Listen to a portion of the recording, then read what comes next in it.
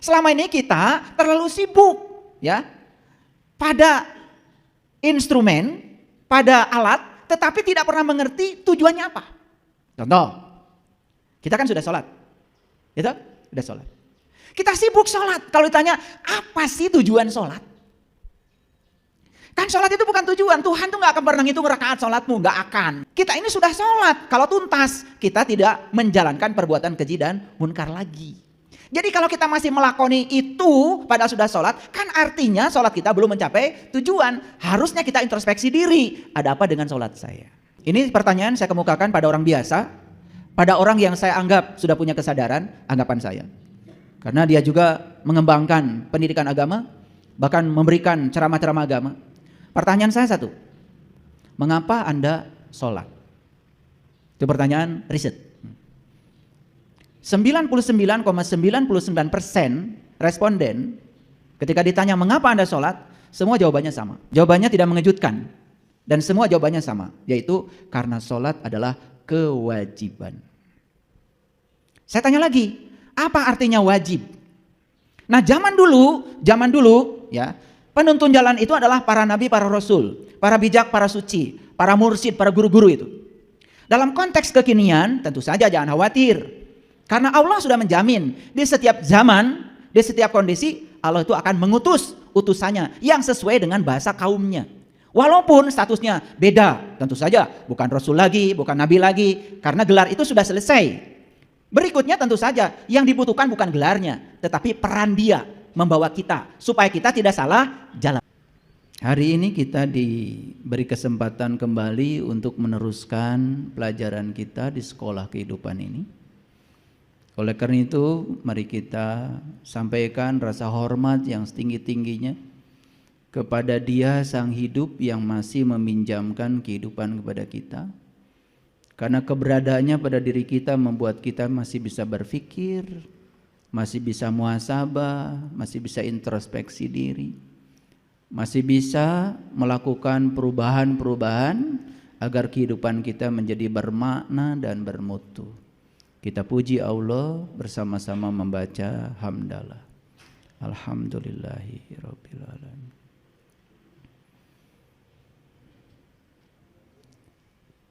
Mari kita sapa asmanya dengan kelembutan dan cinta. Semoga Allah membukakan pintu kecerdasan kita, pintu kewarasan kita, sehingga potensi kecerdasan yang ada dalam diri ini dapat diberdayakan, sehingga diri ini tidak mudah tertipu oleh sesuatu yang palsu.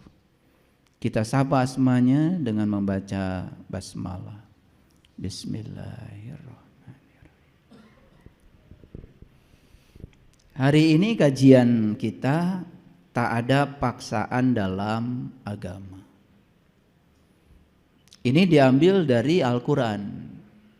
Saya kira semuanya sudah pernah dengar bahasa Arabnya. La ikraha fiddin. Tidak ada paksaan dalam agama. Mari kita koreksi secara total cara kita beragama selama ini. Ketika kita masih merasa terpaksa menjalankan agama, apalagi menjalankan agama cuma karena berharap pahala, takut siksa, sebetulnya sudah cukup untuk menilai diri kita bahwa kesadaran beragama kita belum meningkat. Saya sudah melakukan riset. Karena saya ilmuwan, saya selalu berbasis data. Dan hari ini saya juga akan banyak berbicara data. Supaya tidak terjebak oleh hoax. Saya sebagai peneliti, saya tergabung dengan teman-teman dari seluruh dunia yang sama-sama melakukan penelitian untuk bidang-bidang tertentu. Kebetulan kalau saya punya keahlian di bidang semikonduktor. Riset-riset saya lebih banyak berbicara tentang material elektronika. Tetapi karena saya juga berkecimpung di dunia neuroscience. Neuro itu berarti sel-sel otak, science itu berarti pengetahuan. Bagaimana memberdayakan diri sehingga diri yang luar biasa ini ya, berdaya dalam kehidupan.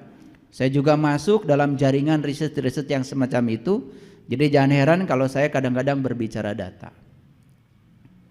Data pertama yang ingin saya sampaikan dari riset sederhana saya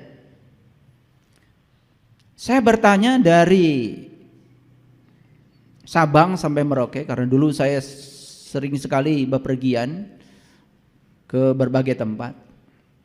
Sumatera, Kalimantan, Sulawesi itu semua sudah ya udah hafal lah saya. Saya bertanya yang sederhana saja. Ini pertanyaan saya kemukakan pada orang biasa, pada orang yang saya anggap sudah punya kesadaran, anggapan saya. Karena dia juga mengembangkan pendidikan agama, bahkan memberikan ceramah-ceramah agama. Pertanyaan saya satu, mengapa Anda sholat? Itu pertanyaan riset. 99,99% responden ketika ditanya mengapa Anda sholat, semua jawabannya sama. Kira-kira kalau saya tanya respondennya di sini juga akan sama. Jawabannya tidak mengejutkan dan semua jawabannya sama, yaitu karena sholat adalah kewajiban. Saya tanya lagi, apa artinya wajib? Ternyata hampir semua 80% bisa menjawab. Wajib itu artinya dilaksanakan dapat pahala, ditinggalkan dapat siksa. Jadi jelas dia melakukan sesuatu karena dua dorongan.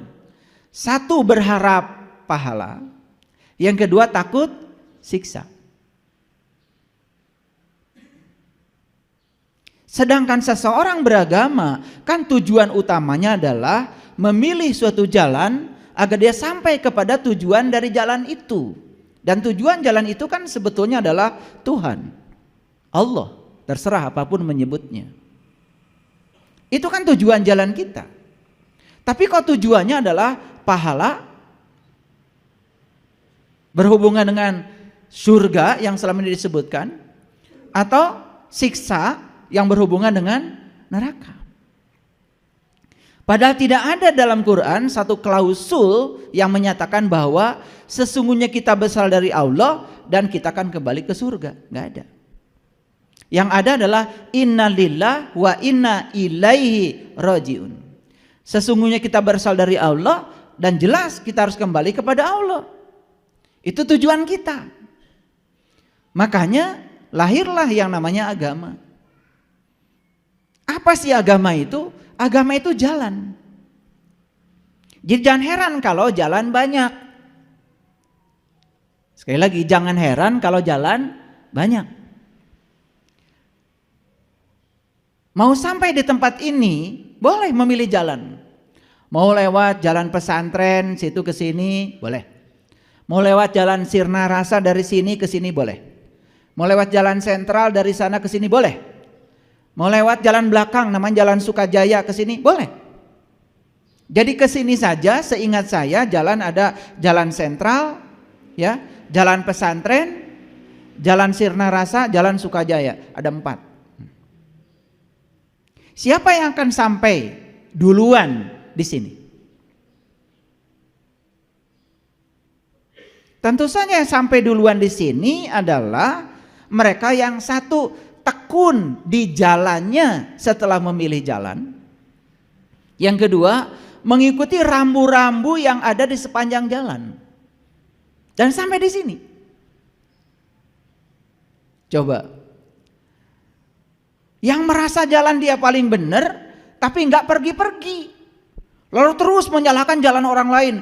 Jalan yang benar Sukajaya. Sentral salah, jalan pesantren salah, jalan Sirna Rasa salah, jalan saya paling benar, tapi dia nggak jalan-jalan, diem aja merasa jadinya paling benar. Nyampe nggak? Nggak nyampe di sini. Jadi bagi saya agama itu jalan. Karena agama jalan, ya sudah, tekun saja di jalan yang sudah kita pilih.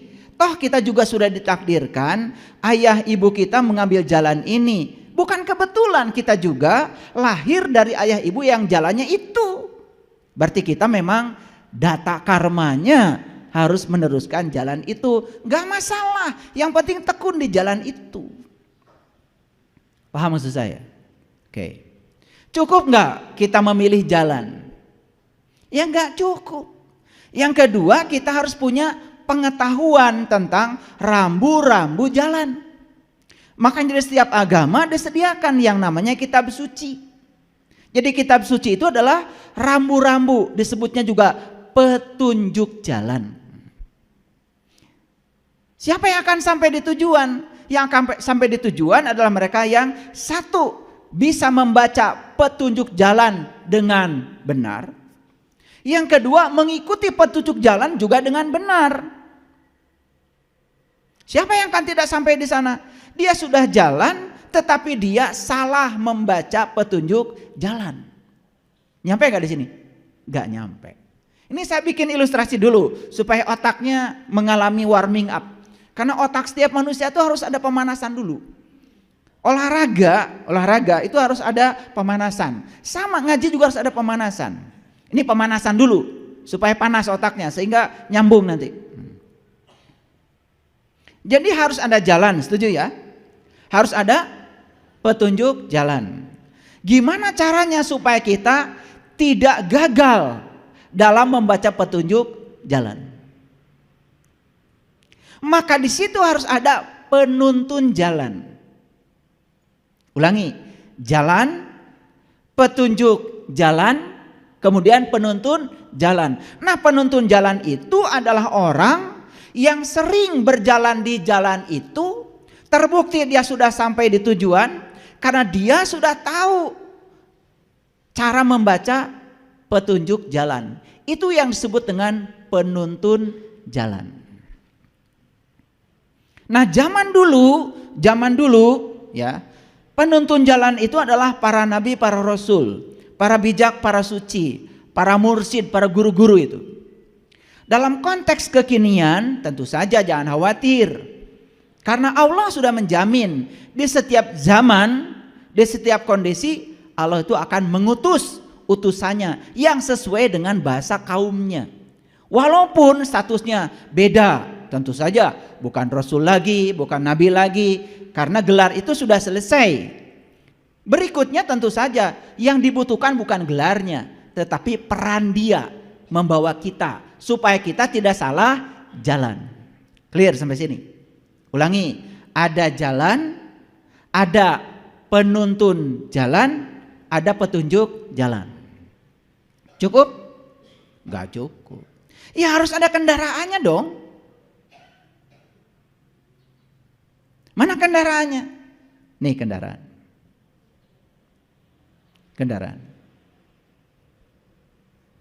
Kendaraan yang paling hebat yang disediakan semesta, ya tubuh. Kalau ada kendaraan berarti ada penumpangnya. Siapa penumpangnya? Penumpangnya adalah jiwa kita yang sudah menumpang di tubuh kita sejak kita lahir. Itulah penumpang kita yang akan diantarkan ke jalan, ke tujuan jalan. Awas, jangan jalan-jalan tetapi ketika ditanya mau kemana, gak tahu mau kemana, bingung kan? Kita jalan-jalan, memilih jalan, sebenarnya tujuan utama adalah mengantarkan nih sang jiwa setelah diperankan di kehidupan di dunia ini, selesai dia tahu tempat pulangnya. Gitu. Jadi harus ada kendaraan jelas. Yang kedua harus ada penumpangnya. Buat apa kendaraan kalau tidak ada penumpang yang mau diantarkan? Yang ketiga harus ada supirnya. Siapa supirnya? Allah sudah menyediakan di sini yang namanya otak, yang namanya pikiran. Itulah supir kita. Supir kita. Tapi selama ini kita itu melakukan perjalanan sudah lelah berpuluh-puluh tahun. Kenapa? Karena kendaraan ini membawa penumpang, tapi penumpang yang ada di sini tidak pernah dianggap. Supirnya sibuk sendiri. Nyupir ke sana, nyupir ke sini, nyupir ke sana, nyupir ke sini. Supir ini sibuk sendiri, tidak pernah nanya penumpangnya mau diantarkan kemana. Kira-kira ilustrasinya begitu perjalanan kita selama ini. Lalu sampai sekarang kalau ditanya, sudah berapa persen perjalananmu? Bingung. Karena supir gak pernah nanya penumpangnya. Makanya supir ini harusnya tanya penumpang. Penumpang, kamu mau diantarkan kemana? Kan begitu. Kan gak mungkin ada supir Grab, penumpang masuk, tiba-tiba jalan aja, muter-muter Bandung. Liar tah penumpang. Gak pernah ditanya. Jadi wajar kalau hari ini penumpang ini adalah liar, pusing. Kenapa? Gak pernah ditanya. Diabaikan, ditelantarkan. Lalu pikiran jalan sendiri. Makanya si supir juga lelah. Kenapa? Ini perjalanan sudah panjang, bensin sudah habis banyak, mobil juga hampir mogok. Tetapi yang dituju nggak sampai-sampai, salah sorangan karena supir nggak pernah tanya penumpang. Kira-kira ilustrasi saya terbayang. Oke. Itulah agama. Jadi agama itu sebetulnya adalah jalan. Makanya tidak ada yang punya definisi agama bangsa manapun kecuali satu-satunya bangsa kita yang punya definisi agama. Saya sudah belajar semua tradisi agama. Hanya bangsa Nusantara, leluhur kita yang punya definisi agama yang pasti. Apa itu agama? Agama adalah latihan dasar menempa diri untuk membentuk tata krama dan kehalusan hati nurani, sehingga lahirlah budi pekerti yang terpuji dan akhlak yang mulia. Jadi tujuan agama itu akhlak sebetulnya. Selama ini kita terlalu sibuk ya pada instrumen, pada alat, tetapi tidak pernah mengerti tujuannya apa. Contoh, kita kan sudah sholat, gitu? Sudah sholat. Kita sibuk sholat. Kalau ditanya apa sih tujuan sholat? Kan sholat itu bukan tujuan. Tuhan tuh gak akan pernah ngitung rakaat sholatmu. Gak akan. Kamu aja yang kegeeran hitung-hitung semua. Gak akan. Karena di Quran jelas perintahnya. Aqimis sholat, inna sholat tanha anil fahsya wal munkar. Dirikanlah sholat. Sholat itu adalah instrumen, alat yang bisa mencegah seseorang dari perbuatan keji dan munkar. Jadi artinya kita ini sudah sholat. Kalau tuntas, kita tidak menjalankan perbuatan keji dan munkar lagi. Jadi kalau kita masih melakoni itu padahal sudah sholat, kan artinya sholat kita belum mencapai tujuan. Harusnya kita introspeksi diri. Ada apa dengan sholat saya? Paham? Nah kalau kalian tidak tahu siapa yang layak untuk ditanya, boleh acungkan tangan. Kalau kalian tidak tahu, satu orang saja, siapa yang layak untuk ditanya? Pakai dalil ya, supaya ngajinya kelihatan. Mau pakai hadis boleh, mau pakai Quran boleh, mau pakai kitab suci apapun gak masalah. Yang penting ada dasarnya. Kalau kita tidak tahu, kita harus tanya siapa. Ayo, acungkan tangan. Silakan. Guru mursyid. Tidak ada di Qur'annya. Silakan. Ini kayaknya guru agama nih. Bener. Udah pakai dalil tuh. Fas'alu ahla zikri in kuntum la ta'lamun. Jika kamu tidak tahu, awas. Yang harus ditanya adalah ahla zikri, ahli ingat. Tanyalah ahli ingat jika kamu tidak tahu. Selama ini ketika kita tidak tahu, tanya siapa? Tanya pimpinan pondok pesantren. Gak ada ayatnya. Gak ada. Oh, tanya orang yang banyak pengetahuan. Gak ada. Tanya guru mursyid. Gak ada. Kalau kamu tidak tahu, tanyalah ahli ingat. Clear? Ini Quran. Quran. Fas'alu ahla zikri in kuntum la ta'lamun. Tanyalah ahli ingat jika kamu tidak tahu. Kalau kamu tidak tahu, tanya ahli ingat. Pertanyaannya, ingat siapa? Boleh, siapa lagi yang bisa menjawab? Siapa ahli ingat menurut kitab suci? Boleh.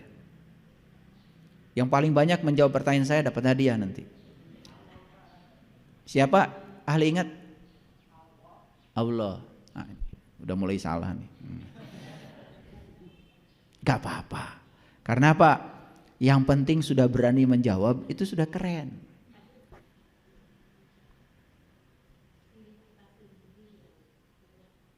Diri kita sendiri. Ingat aja belum. Siapa?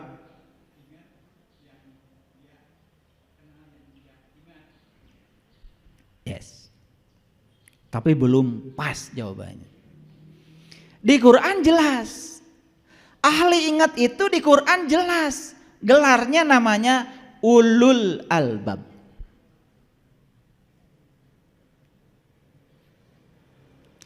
Inna fi khalqis samawati wal ardh wa ikhtilafil laili wan nahar la ayatil li ulil albab. Alladzina yazkurunallaha qiyaman wa qu'udan wa ala junubihim. Harus pasti kalau menjawab. Saya dulu dalam pencarian saya. Kenapa saya itu tidak betah ya? Di sini udah belajar, kayaknya ini omong kosong. Saya pindah ke sini. Karena tidak pasti. Saya tidak mau yang tidak pasti. Karena ketika saya meyakini yang tidak pasti, saya berjudi. Saya tidak mau membiarkan masa depan saya dalam ketidakpastian. Harus pasti. Masa depan saya harus selamat, dan kalau saya mati harus pulang kepada Allah. Harus pasti. Jangan wallahu alam. Harus pasti. Karena membiarkan masa depan kita tidak pasti, itu kan judi. Judi itu kan artinya membiarkan masa depan kita dalam ketidakpastian. Judi yang paling berbahaya adalah membiarkan masa depan kita dalam ketidakpastian. Kalau saya tanya, sholatmu diterima gak sama Allah? Wallahu alam, terserah Allah. Itu enggak pasti. Pastikan diterima.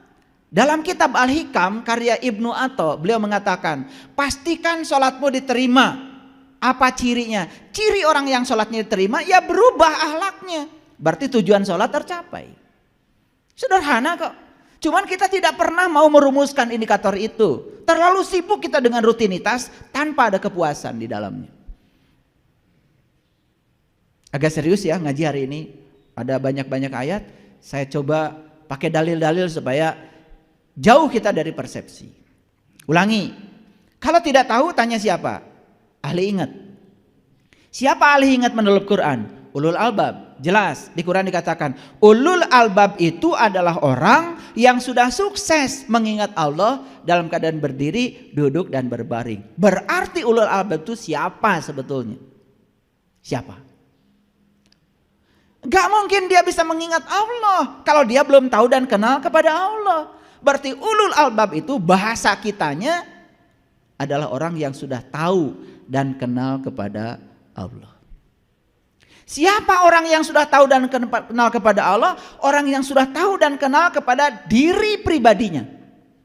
Maka di dalam hadis dikatakan siapa yang kenal dirinya, dia kenal Tuhannya. Jadi larinya tetap saja kita harus kenal pada diri pribadi kita yang sejati. Makanya tadi Bunda yang dekat tiang ini mengatakan tanya diri pribadi. Diri pribadi yang mana? Diri pribadi yang sudah ingat kepada Allah. Kalau diri pribadinya yang belum ingat kepada Allah, gak bisa ditanya. Kalaupun dia memberikan jawaban, jawabannya berdasarkan pikiran. Awas, pikiran bukan kesadaran. Karena pikiran bukan diri kita, tubuh bukan diri kita. Diri kita yang sebenarnya, nama yang sebenarnya adalah kesadaran. Kecuali pikiran yang sudah disinari oleh cahaya ilahi atau cahaya kesadaran. Orang yang semacam itu pikirannya pasti waras. Nah, pikiran yang tidak waras karena belum diterangi oleh cahaya kesadaran disebut pikiran gelap. Bahasa lain pikiran gelap, bahasa psikologinya adalah ego. Yang sering disebut diri palsu.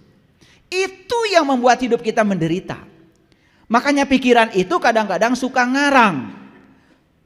Membuat ilusi yang melampaui kenyataan. Pikiran kan suka begitu. Suka ngarang.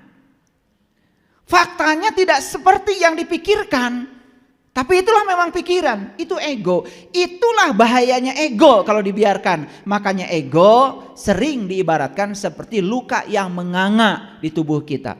Kalau kita punya luka yang menganga, sedikit aja kesenggol pasti sakit. Makanya orang yang baperan, tersinggungan, sakit hatian, jelas dia belum sadar. Dia masih dikendalikan hidupnya oleh pikiran gelapnya yang disebut dengan diri palsu. Nah, kalau saya perhatikan di sini, ini wajah-wajah diri palsunya banyak. Kok saya tahu? Saya bisa ukur dari brainwave-nya, gelombang otaknya. Nah, diri-diri palsu itu kalau diukur pakai sensor saya, itu brainwave-nya itu kebanyakan di gelombang beta. Hidupnya menendang dan mencengkram. Begitu mendapatkan yang disenangi, dicengkram habis-habisan. Begitu mendapatkan yang tidak disenangi, ditendang habis-habisan. Orang yang semacam ini hidupnya persis seperti gelombang. Kadang di puncak, kadang di lembah. Kadang di puncak, kadang di lembah. Jadi antara puncak dengan lembah itu terlalu besar amplitudenya. Maka orang yang semacam itu hidupnya penuh dengan penderitaan. Nah, seharusnya bertambahnya usia kita itu dekatkan puncak dan dasar. Dekatkan puncak dengan lembah, dekatkan. Ketika dapat sesuatu yang menyenangkan, biasa. Ketika mendapatkan yang tidak menyenangkan, biasa. Nah, itu sudah mulai sadar. Ini belum, wajahnya masih kayak uka-uka. Makanya kan Nabi Muhammad juga ngasih isyarat. Kalau ingin tahu kepribadian seseorang gampang. Pinjemi uangnya. Gitu. Tes. Soleh enggak? 3 hari jangan dibayar dulu. Lihat itu. Oh, kalau udah mulai nyorocos. Udah mulai itu. Orang yang sudah sadar ketika dia tidak bisa membayar pun dia doakan. Gak apa-apa, jangan dipikirin. Uang saya yang saya pinjamkan tuh gak seberapa. Dibandingkan dengan ayat yang ada di tangan saya tidak akan kekurangan meminjamkan uang kepadamu. Saya bahagia melihat kesusahanmu bisa tertolong dengan uang saya. Gak apa-apa. Saya doakan kau banyak rezeki ya. Gitu. Bahasa yang keluar itu illa kilan salaman salama. Tidak ada yang keluar dari mulutnya kecuali ucapan yang damai dan mendamaikan. Lihat orang-orang tidak berkesadaran. Kamu kurang ajar ya, janji 3 hari. Wah, sudah pencet jika perlu. Ya, jika perlu rampas rumahnya, pakai pengacara. Macam-macam. Nih orang-orang yang repot hidupnya, ruwet. Lihat orang-orang yang kesadaran rendah, punya uang 100 juta, hilang 1 juta, yang dia pikir yang 1 juta terus, yang 99 juta lupa. Udah gila itu. Dan manusia model kayak gini tuh jumlahnya banyak. Kalau di sini mah enggak beda maksud saya.